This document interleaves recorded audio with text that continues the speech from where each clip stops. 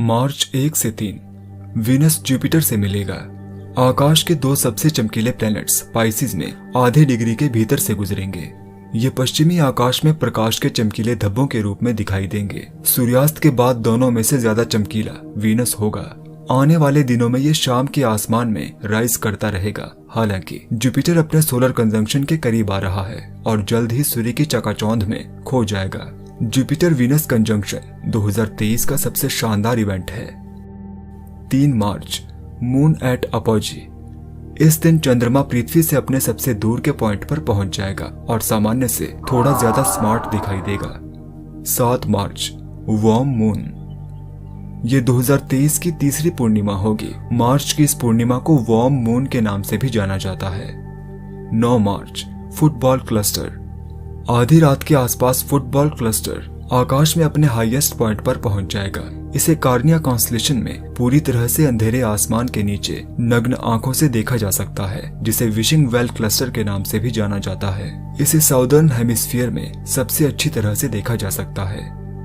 14 मार्च नॉर्मिड meteor shower.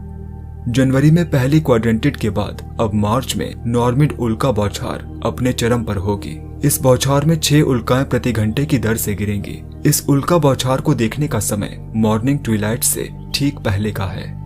15 मार्च Neptune eight solar conjunction. इस दिन Neptune पृथ्वी से अपने सबसे दूर के पॉइंट पर पहुंच जाएगा। 19 मार्च द मून एट पेरिगी।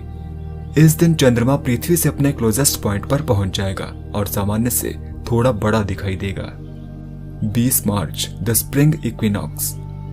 2023 में पहली बार सूर्य भूमध्य रेखा पर सीधा चमकेगा।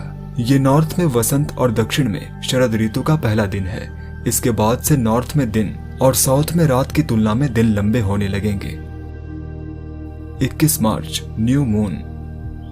21 मार्च की अंधेरी रात में स्टार क्लस्टर्स, नेबुले और आकाशगंगाओं जैसे धुंधले ऑब्जेक्ट्स को देखने का एक सुनहरा अवसर होगा।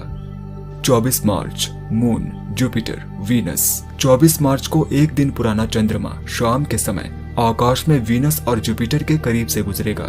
क्योंकि चंद्रमा एक दिन का होगा, आपको इसे वेस्ट में सूर्यास्त के तुरंत बाद देखना होगा। 24 मार्च लूनार ऑकल्टेशन ऑफ वीनस। इस दिन चंद्रमा अस्थायी रूप से वीनस प्लेनेट को छिपाते हुए वीनस के सामने से गुजरेगा। ये इवेंट एशिया और अफ्रीका के कुछ हिस्सों से दिखाई देगा, जैसा कि आप अगली तस्वीर में देख सकते हैं। 28 March close approach of moon and Mars.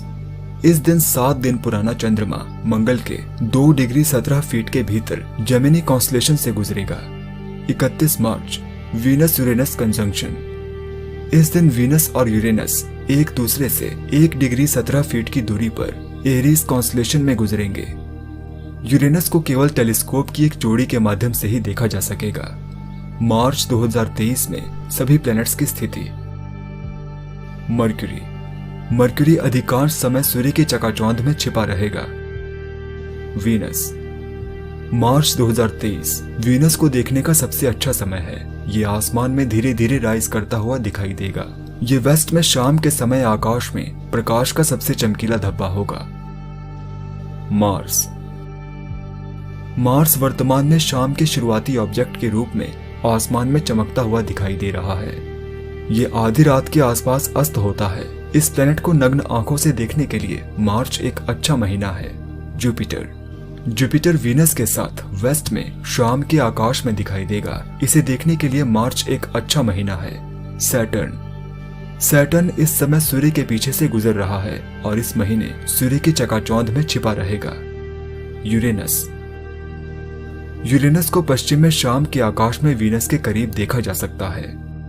Neptune. Neptune मार्च में सूर्य के पीछे से गुजरेगा और इसलिए इसकी चकाचौंध में इनविजिबल रहेगा।